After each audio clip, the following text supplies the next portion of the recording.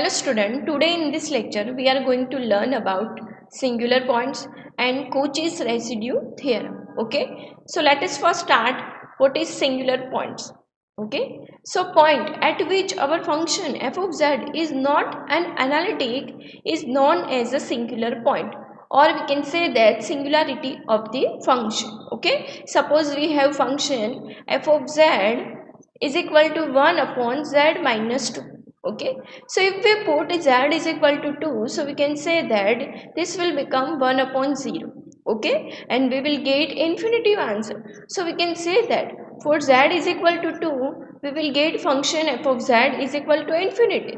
So at that point we can say that our function is not differentiable. So at that point z is equal to 2, we can say that our function is not an analytic function. So this point is called a singular point, okay, for this function.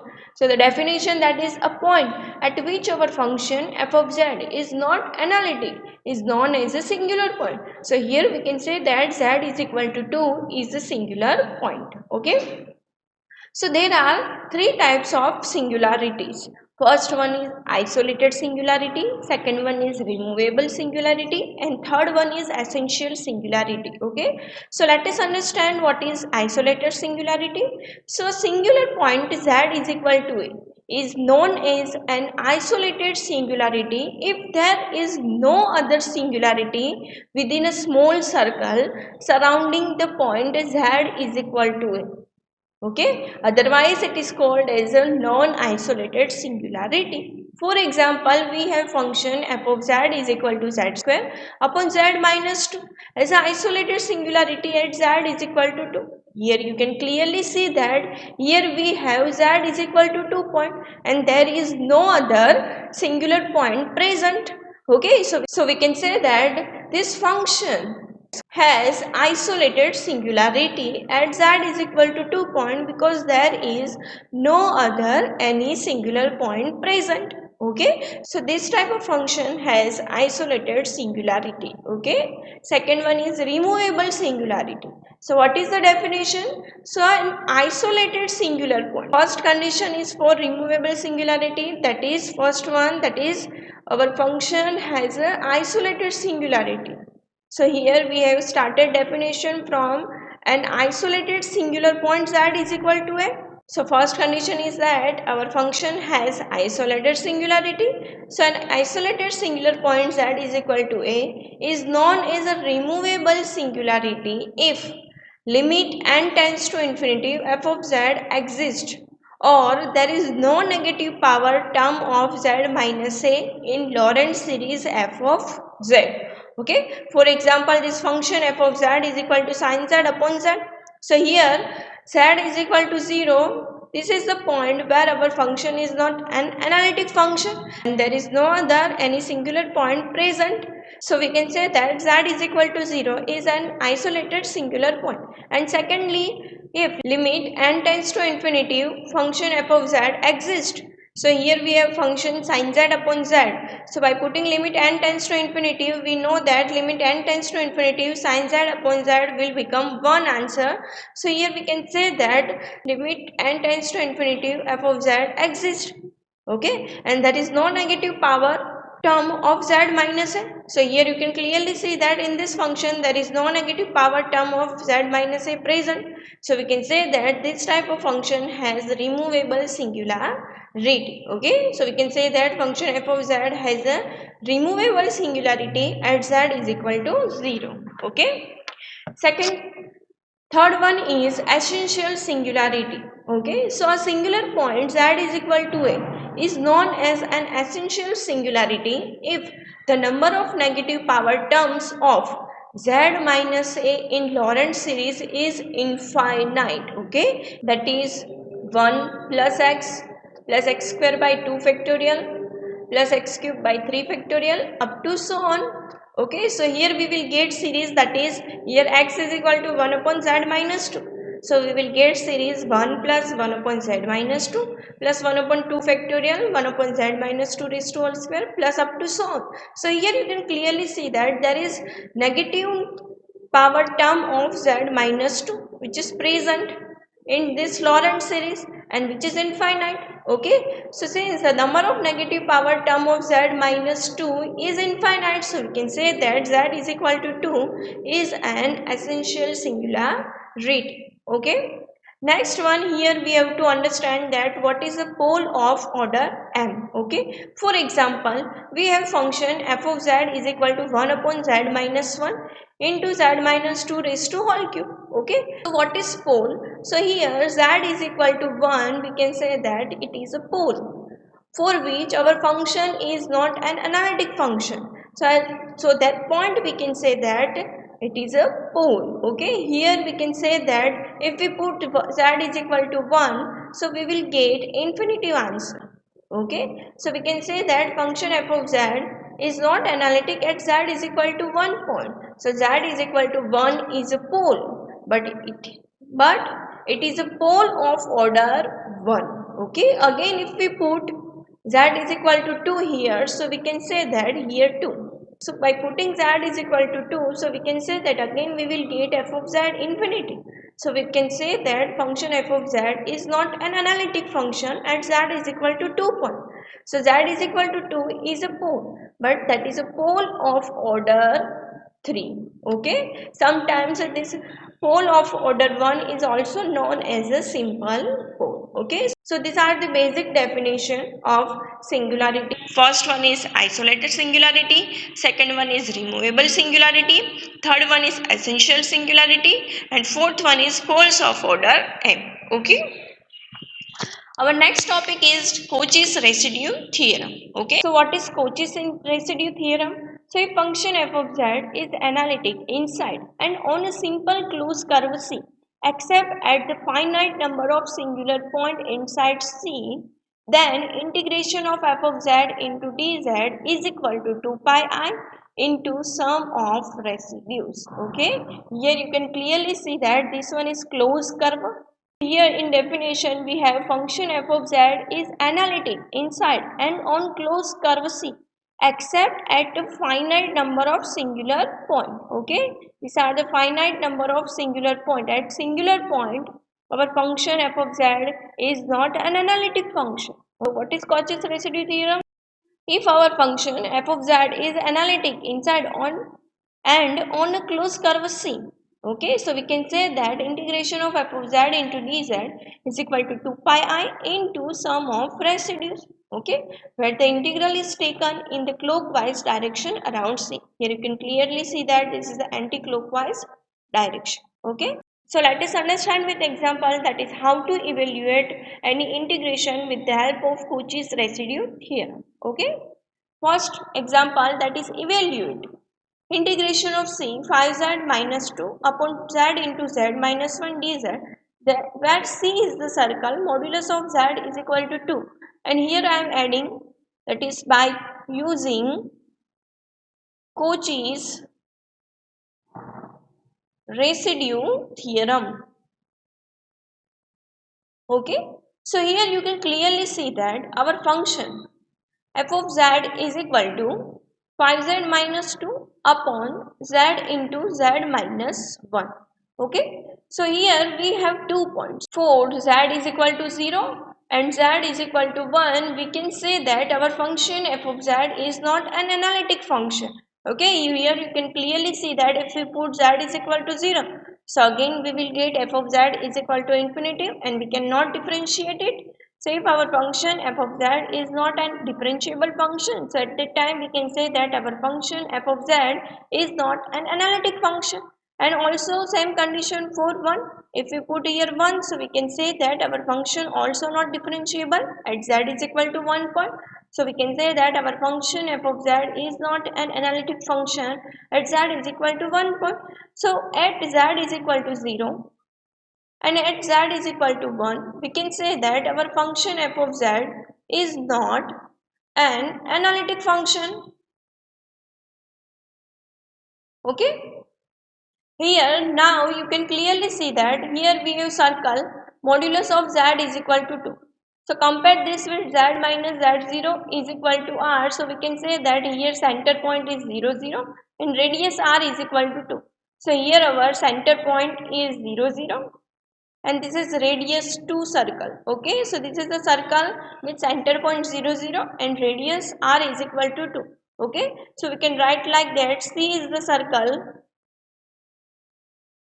modulus of z is equal to 2 with center point 0 0 and radius r is equal to 2. Okay, so now here we have to check that the points for which our function f of z is not an analytic function lies outside the circle C or lies inside the circle C. Okay, so here for z is equal to 0, so put z is equal to 0 over here. So here modulus of z, that is modulus of 0, this will become 0, that is less than 2. So we can say that z is equal to 0 point lies inside circle C.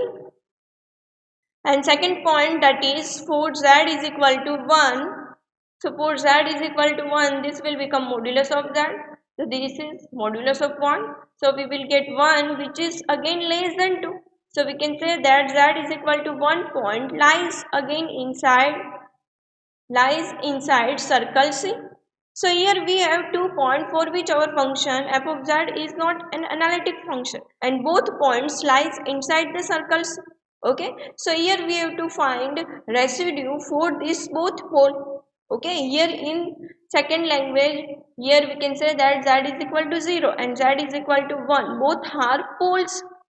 Okay, so here we have to find out residue for both these four according to Cauchy's residue theorem. Here 0, so where is 0 point? So here 0 point, and where is 1 point? So here 1 point. So you can clearly see that this is the radius 2 circle and both points 0 and 1 lies inside the circle C.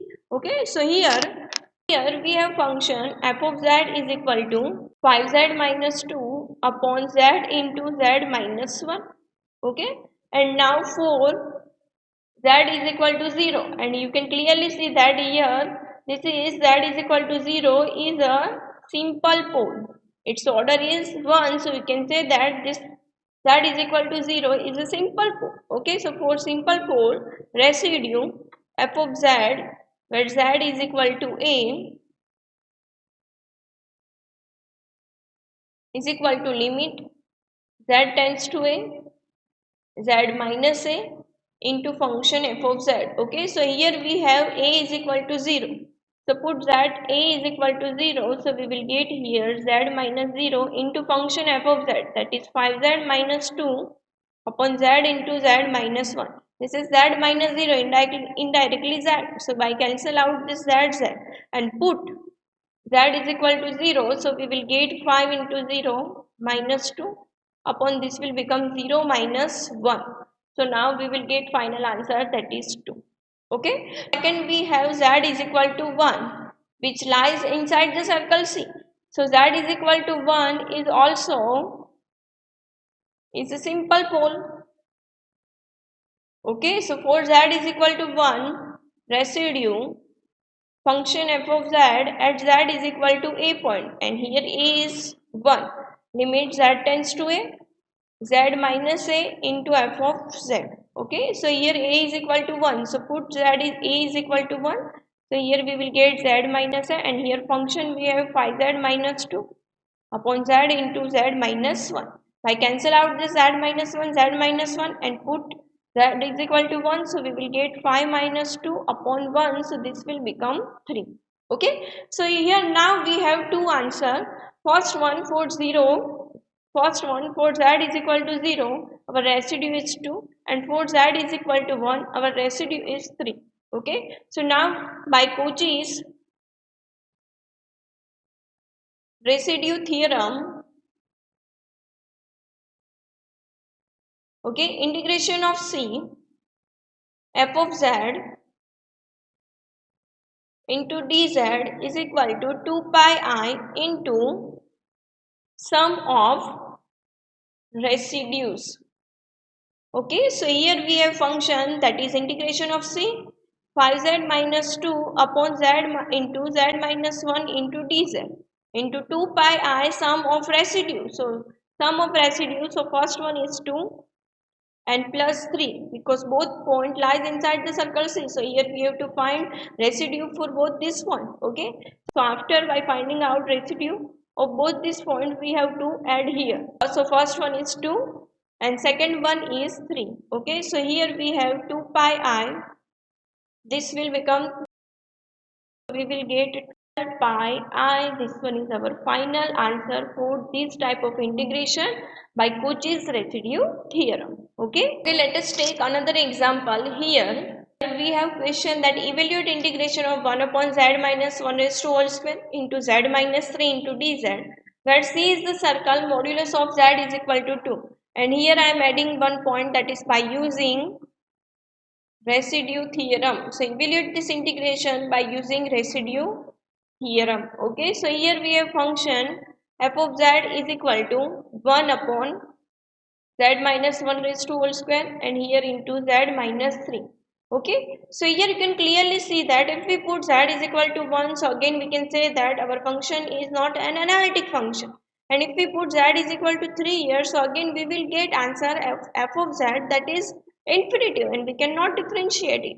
Okay, so we can say that again at z is equal to 3 point our function is not an analytic function. So we can say that at z is equal to 1 and z is equal to 3, our function f of z is not an analytic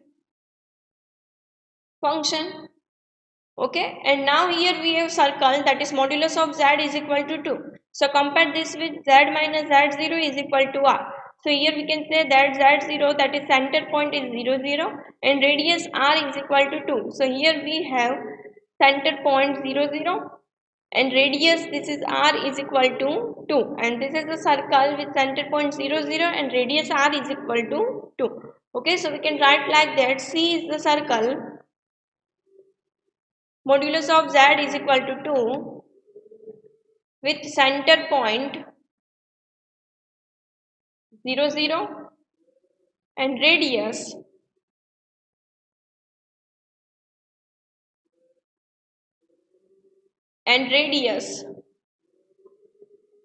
r is equal to 2. Okay, you can clearly see that we have 2 points, z is equal to 1 and z is equal to 3, for which our function is not analytic function. Okay, so first of all let's check that this both points lies inside the circle C or lies outside the circle C. Okay, so for z is equal to 1, put z is equal to 1 over here. So here we have modulus of z. So put z is equal to 1, so we will get modulus of 1. So here we have 1 which is less than 2. So z is equal to 1 lies inside the circle C.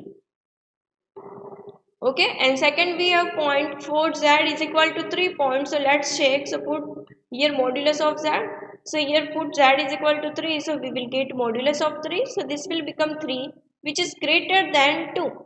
So we can say that z is equal to 3 lies outside circle C.